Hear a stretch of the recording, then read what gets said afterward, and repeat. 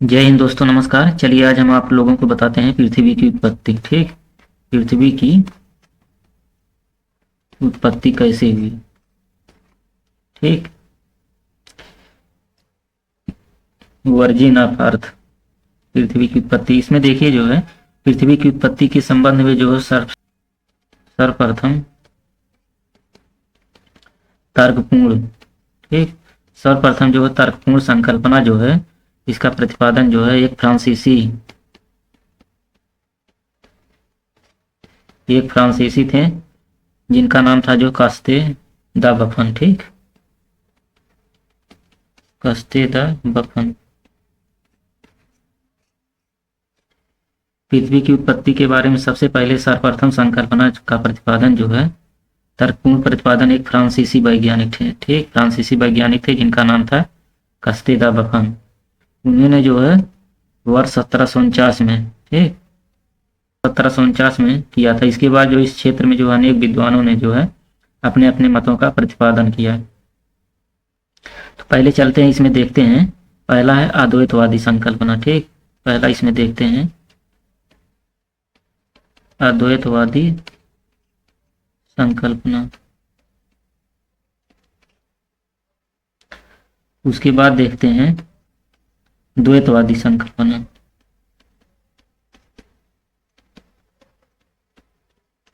उसके बाद तीसरा देखते हैं आधुनिक संकल्पना, आधुनिक सिद्धांत।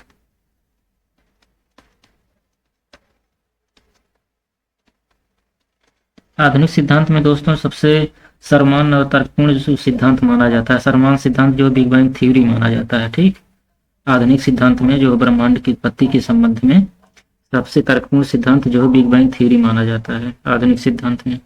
चलिए एक एक करके देखते हैं।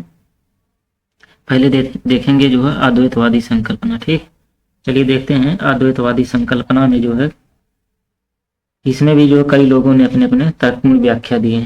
ठीक, चलिए देखते हैं।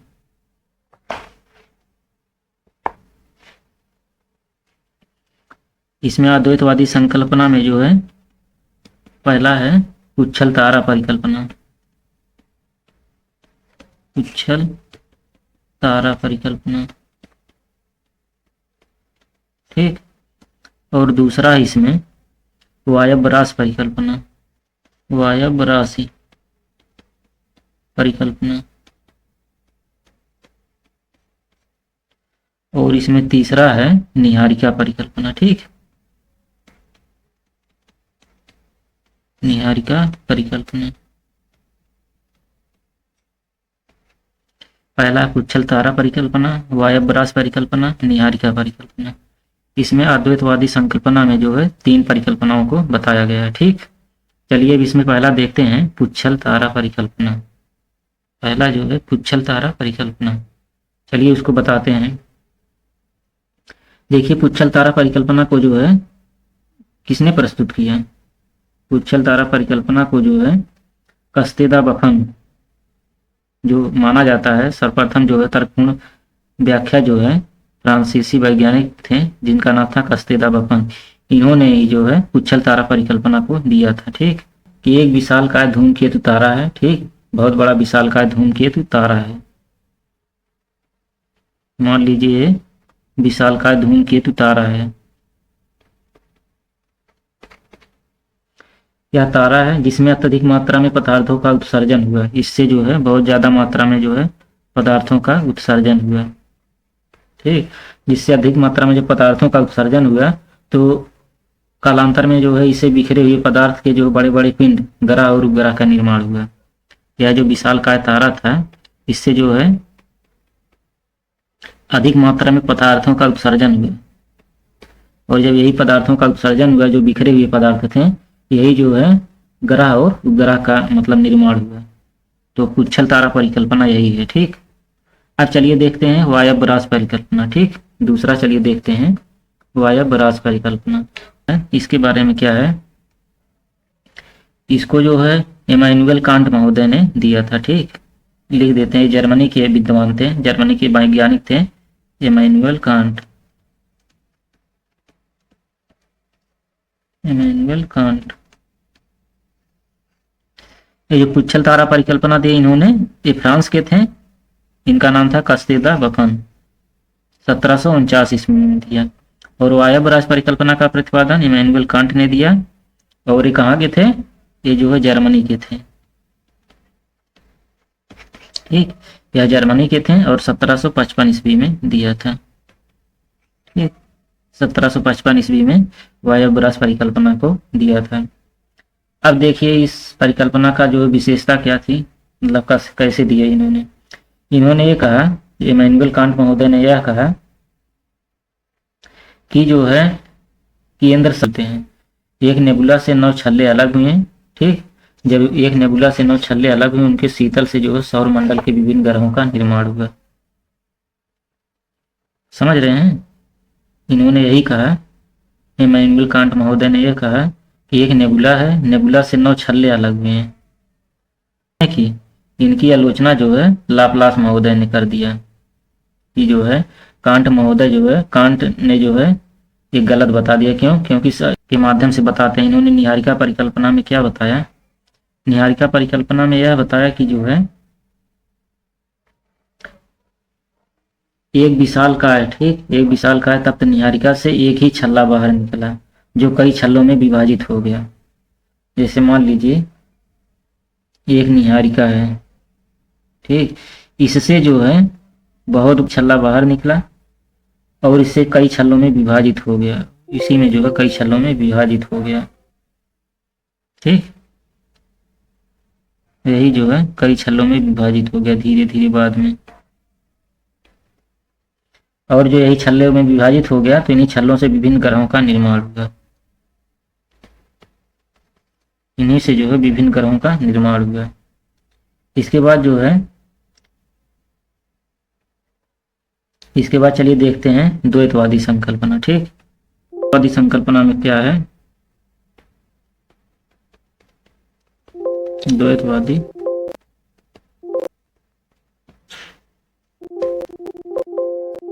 संकल्पना, इसमें क्या है कि इसको प्रस्तुत करता इसके कौन है, प्रस्तुत करता इसके हैं चैम्बरलिन, चैम्बरलिन वैज्ञानिक हैं, और माल्टन, चैम्बरलिन और माल्टन, चैम्बरलिन और माल्टन। इसकी संकल्पना क्या है, चलिए देखते हैं। जो द्वैतवादी की जो है पहली संकल्पना है ग्रहण परिकल्पना, ठीक, द्वैतवादी की पहली संकल्पना है ग्रहण परिकल्पना, ग्रहण परिकल्पना।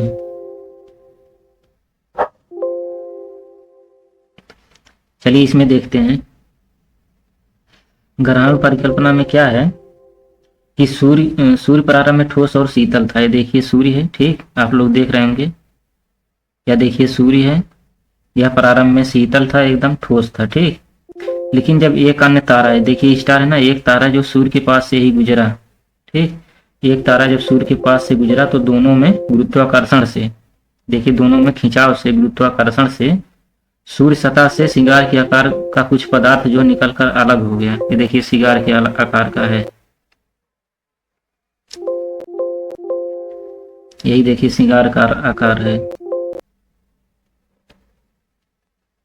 सिगार लिख दे रहे हैं, सिगार के आकार का जो सूर्य से अलग हो गया, ठीक, जब सूर्य से अलग हो गया सिगार के आकार का तो यह जो है ग्रहों और उपग्रहों का इसी से निर्माण हुआ, ठीक है, इसी से जो है ग्रह और उपग्रह का निर्माण हुआ। फिर से एक बार देख लीजिए, समझ में नहीं आया होगा तो समझ लीजिए। ये देखिए द्वैतवादी संकल्पना का जो है विचार जो है चैम्बरलिन महोदय और माल्टन महोदय ने दिया, ठीक, चैम्बरलिन और माल्टन महोदय ने दिया। चैम्बरलिन और माल्टन महोदय ने जो है ये कहा, ग्रहण परिकल्पना इन्होंने दिया, इन्होंने ये बताया कि सूर्य जो है पहले शीतल और ठोस था, ठीक, प्रारंभ में सूर्य शीतल और ठोस था। एक अन्य तारा जब जो है सूर्य के पास से होकर के गुजरा तो सूर्य से जो एक सिगार के आकार का जो है था कुछ पदार्थ जो है निकलकर अलग हो गया, सिगार के आकार का, ठीक, सूर्य से निकल के अलग हो गया और यही सिगार का आकार जो है, इसी से जो है ग्रह और उपग्रह का निर्माण हुआ। लेकिन इनकी आलोचना जो है ज्वारीय परिकल्पना के माध्यम से की जाती है। ठीक, इनकी आलोचना कौन करते हैं? इनकी आलोचना जेम्स जीन्स और जेफरीज महोदय करते हैं। देखिए, जेम्स जीन्स और जेफरीज महोदय जो है इनकी आलोचना करते हैं। इनकी क्या कहते हैं जेम्स जीन्स और जेफरीज महोदय? इन्होंने यही कहा, जेम्स जीन्स ने 1919 में दिया जेफरीज द्वारा जो है 1929 में जेफरीज द्वारा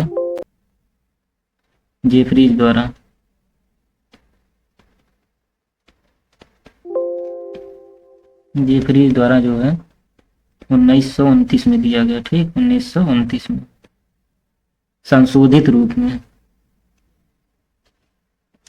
जेम्स जीन्स ने जो है इसके 1919 में दिया, जेम्स जीन्स ने 1919 में दिया और जेफरीज ने 1929 में जो है इस परिकल्पना को दिया। इसमें ये कहा सूर्य प्रारंभ में गर्म और गैसीय था। ये देखिए सूर्य है, ठीक,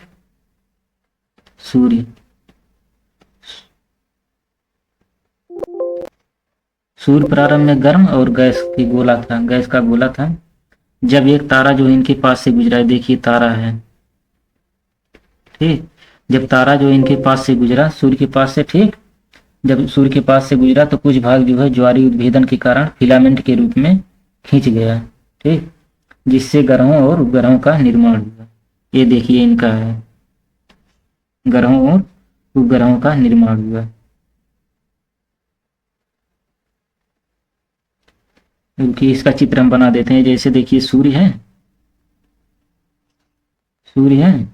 सूर्य के पास से एक जो है तारा गुजरा, तारा है, देखिए तारा है।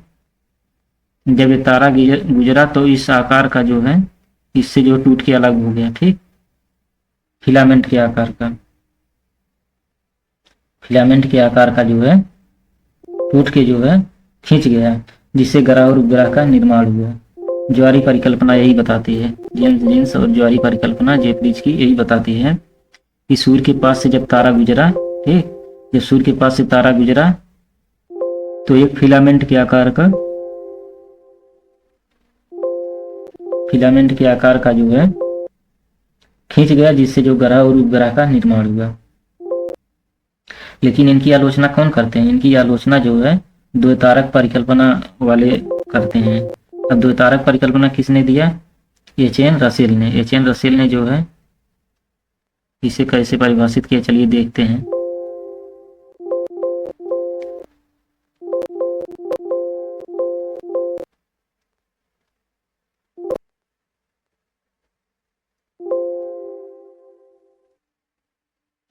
यह देखिए द्वैतारक परिकल्पना, ठीक,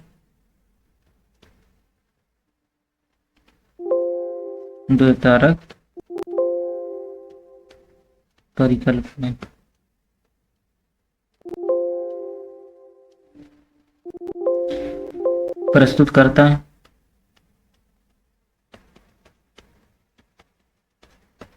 प्रस्तुतकर्ता कौन है? एच.एन.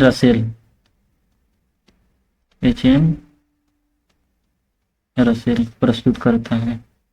ठीक, अब चलिए देखते हैं इसकी संकल्पना क्या है। आदिकालीन सूर्य अकेला तारा नहीं था। ये देखिए आदिकाल में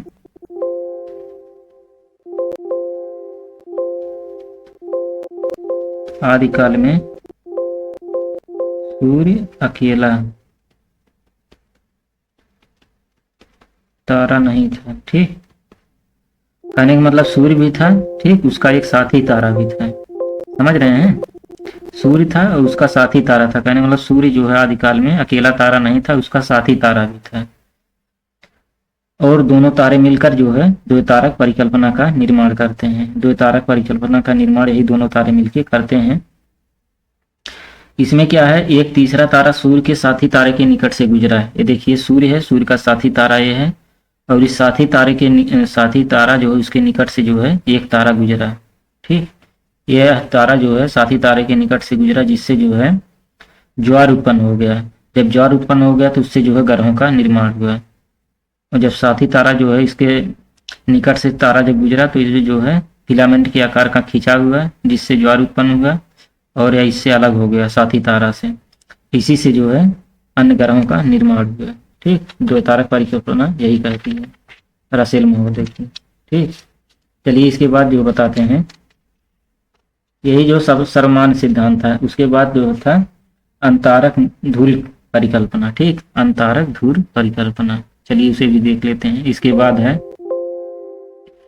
अंतारक धूल परिकल्पना।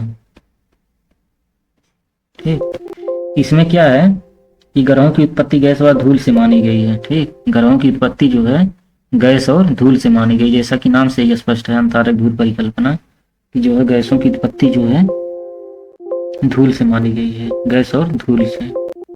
ठीक, जब विशालकाय जो है आकाश गंगा के पास से गुजरता है, इसकी मतलब सिद्धांत यही है इसका द्वैतारक परिकल्पना का, अंतारक धूल परिकल्पना का, कि जब सूर्य विशालकाय आकाश गंगा के पास से गुजर रहा था तो उसी समय जो अपनी आकर्षण शक्ति से कुछ ठोस मेघ और धूलकण को, ठीक, धूलकण को अपनी ओर आकर्षित किया।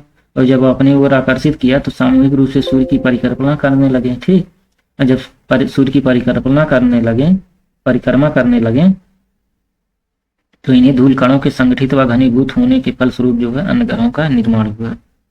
ठीक, अंतारक धूल परिकल्पना यही है।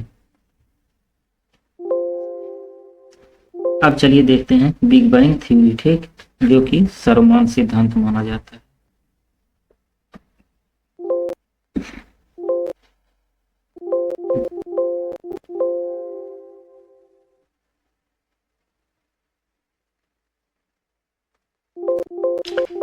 देखिए दोस्तों, बिग बैंग थ्योरी में बहुत ज्यादा कुछ है नहीं। ठीक, चलिए बता देते हैं।